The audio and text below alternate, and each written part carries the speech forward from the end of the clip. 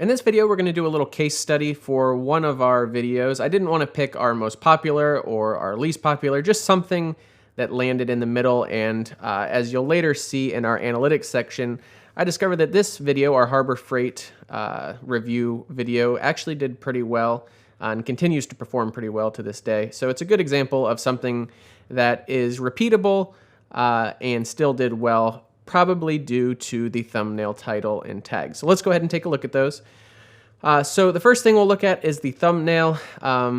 Just if you're not into tools, you might not really understand this, but seeing all the colors and the tools at Harbor Freight definitely catches my eye. And then of course, the logos of the tool manufacturers, Snap-on. Anytime you see Snap-on or Mac or Lincoln in a thumbnail, it always catches your eye because those are known, well-made tool brands.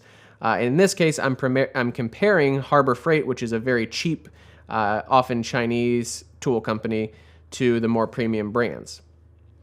So let's go ahead and look at the title. Thoughts on Harbor Freight's new premium, quote-unquote, brands. And so this worked, I think, because it puts the idea in the viewer's head that I'm saying that Harbor Freight is a premium brand.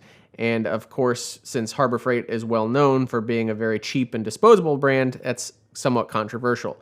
So people want to click on the video to see if I'm agreeing with them that Harbor Freight is a cheap brand and can't be compared to the likes of Snap-on, Lincoln, or Mac, or I think it's a premium brand, in which case they'll disagree with me in the comments and let me know that.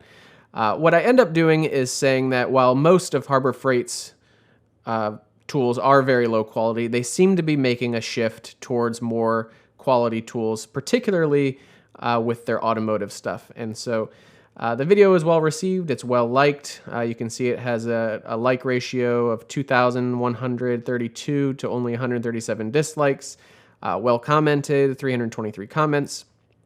And if we go to the description, I have not read this in a while, so let's see how I did.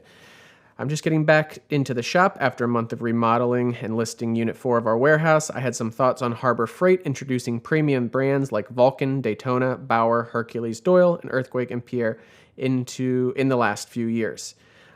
So here's what I would have changed if I were to do this again. I would have put this first sentence after I had some thoughts about Harbor Freight. So I'm going to do that now, actually, because this makes more sense.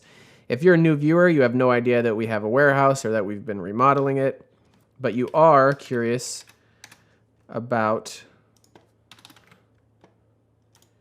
the brands that Harbor Freight has to offer. And here's why this description works, because it catches anybody that's searching for the words Harbor Freight or any of their brands. So if, Bauer are their power tools. If you're looking at a Bauer saw, you're going to search Harbor Freight Bauer saw review.